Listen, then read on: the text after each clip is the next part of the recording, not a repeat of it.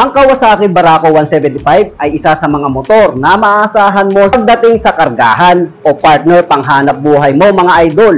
Lalo na sa bagong Barako 175 na merong dual starter at fuel injected pa ay siguradong tabs up talaga.